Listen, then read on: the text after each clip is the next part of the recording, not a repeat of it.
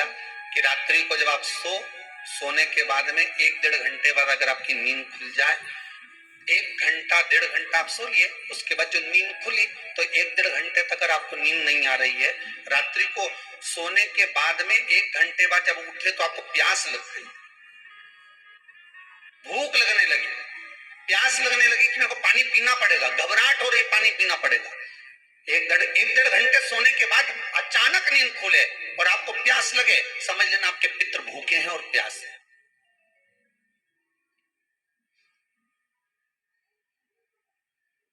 वो भूखे और प्यास है, उनको जल की जरूरत है।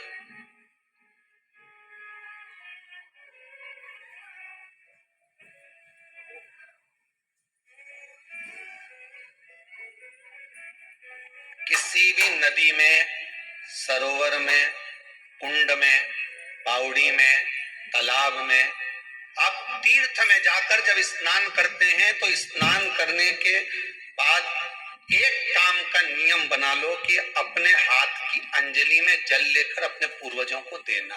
प्यासे रहते हैं, भाग मांगते,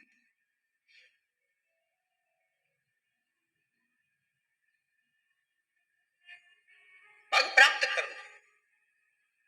3 वृक्ष पितरों के तुल्य हैं। नैमिषारण्य की कथा में भी कहा था 3 वृक्ष पितरों के तुल्य हैं। पहला पीपल, दूसरा वट वृक्ष, तीसरा बेलपत्र का वृक्ष। ये पितरों के तुल्य हैं। अगर आपको रात्रि में नींद नहीं आ रही है, ऐसा लगता है कि रात्रि को 1 घंटा 1.5 घंटा सोने के बाद कुछ गलत गलत विचार आने लगते हैं, नींद सुबह 3 बजे तक 4 बजे तक नहीं आती, 4 बजे के बाद फिर नींद आती है, तो एक प्रैक्टिकल जरूर कर कर देखना। एक प्रैक्टिकल करने में क्या जाता है, प्रयास करने में क्या कुछ जाता है क्या? प्रैक्टिकल कर कर देखना कि कहीं सियोर वाला महाराज झूठ तो नहीं बोल रहा, तो प्रैक्टिकल करने में कुछ नहीं जाए।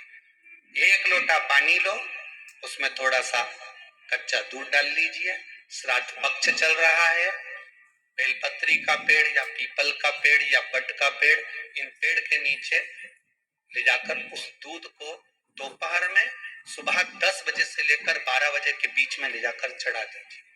रात्रि को फिर ना आपको प्यास लगेगी, ना भूख लगेगी, नींद एक बार लगी तो सुबह ही खुलेगी। प्रैक्टिकल करने में क्या जाता है? पानी डालने में तुम्हारा कुछ जाएगा? अरे बोलो तो सही, हमें तो 10 रुपया का दूध जरूर उसमें, और तुम इतनी चतुर हो, इतना सारा दूध थोड़ी डालोगे, तो 2 चम्मच डालोगे। कहाँ तुम इतना डालने वाली हो?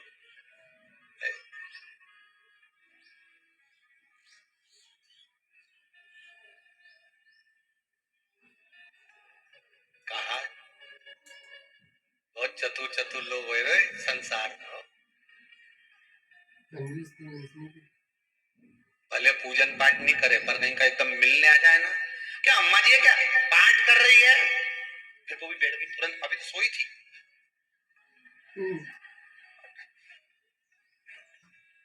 तुरंत क्या पंडित जी है क्या, उनसे थोड़ा काम है, अभी माला जप रहा है, मालूम पड़े पंडित जी तो आराम से सेव फल खा रहा है। अब प्लेट सोफा के नीचे घुसे,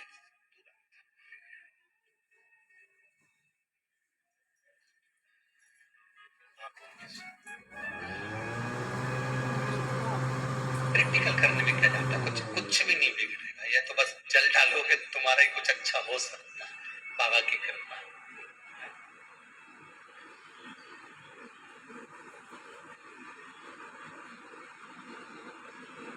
तीन वृक्ष पितरों के तुल्य हैं।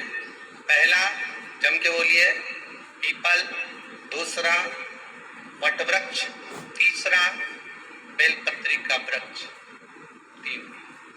पीपल के वृक्ष में 52,000 ब्राह्मण एक साथ निवास करते हैं, इसलिए पितृतुल्य। वट वृक्ष ब्रह्मा जी के मस्तक से बना, इसलिए पितृतुल्य। और बेलपत्री का वृक्ष माता पार्वती जी के अश्रु से बना, जब आंसू गिरे थे माता जगत जननी जगदम्बा पार्वती के, उस समय पर पितृलोक में हलचल उत्पन्न हो गई थी। हमारी नातिन की आंख में आंसू कैसे आ गए? मैनावती की पुत्री है,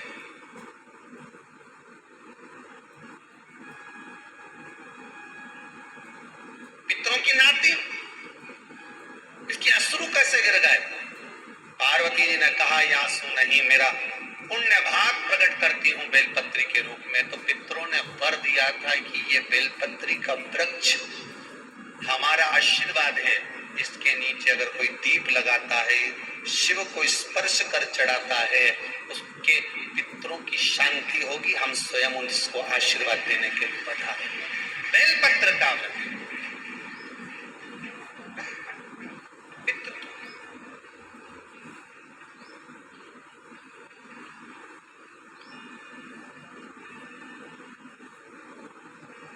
तो रात्रि को अगर भूख लग रही है, प्यास लग रही है, तो पितृदोष।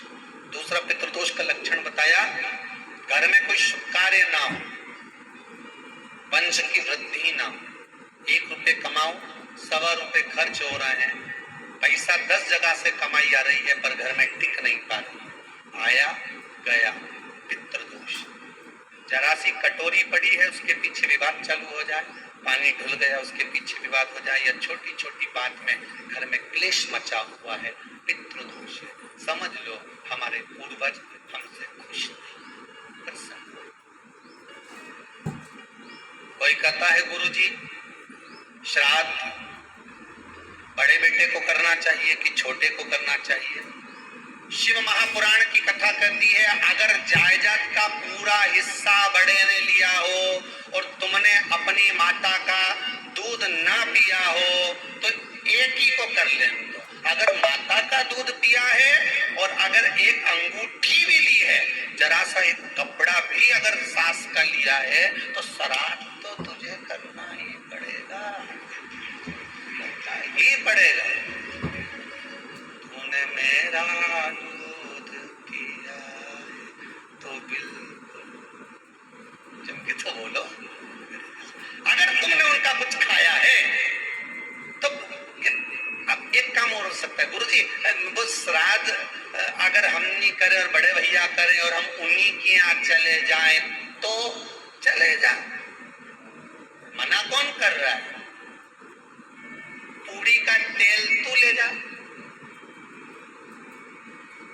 खीर का दूध 2 थैली तू खरीद के ले जा, जितना वहां वो सेवा करे उतनी सेवा तुम करो। गलत है क्या? जायदाद का भी तो हिस्सा किया था। सुई की नोक के बराबर नहीं तुम्हारी ईंट इधर खसकी है, तुम्हारी इधर खसका दीजिए। हमारी बसियत में इतना लिखा है तो फिर बसियत में ये भी लिख के जाना चाहिए था। मैं तो क्यों सबके डरो मत ही रहे, एक भी जब छोरा छोरी के जब सब सामान प्रॉपर्टी दो ना, जमीन दो ना, जायदाद दो ना, सारा सामान छोरा छोरी के दो, तो उनके लिख के भी जाओ कि हमारी श्राद्ध कर दे अच्छे से, नहीं तो भूतड़ी बन के सताऊंगी।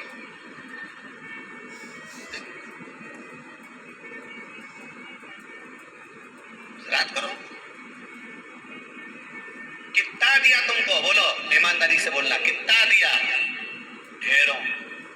और एक बात बहुत अच्छे से कहूंगा, आप लोगों के जीवन में उतरे। अगर मायके में भाई, मायके में भाभी, मायके के लोग अगर आपके माँ बाप का श्राद्ध नहीं करते हैं तो बेटी भी अपने माता पिता का श्राद्ध कर सकती है।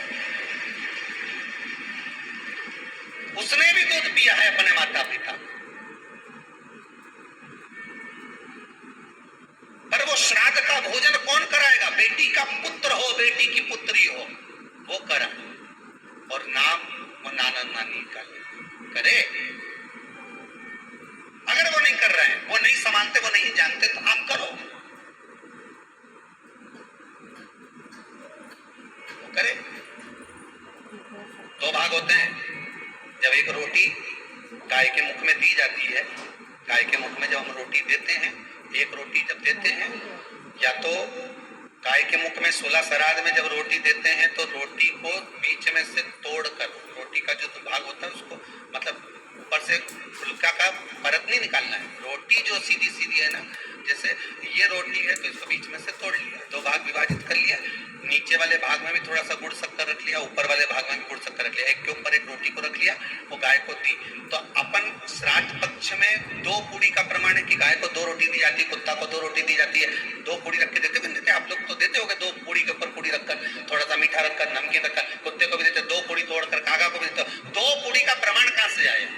2 भाग रोटी के टुकड़े का प्रमाण कहां से आया? श्राद्ध पक्ष में ही ऐसा क्यों किया जाता है? बाकी के समय पर तो कोई ऐसा 2 पूड़ी का प्रमाण नहीं, पर श्राद्ध पक्ष में ये क्यों कहा जाता है कि पूड़ी के ऊपर पूड़ी रख दे, उसमें मीठा रख दे, खीर शक्कर रख दे, गाय को दिया, कुत्ते को दिया, कागा को दिया, ऐसे क्यों कहा जाता है?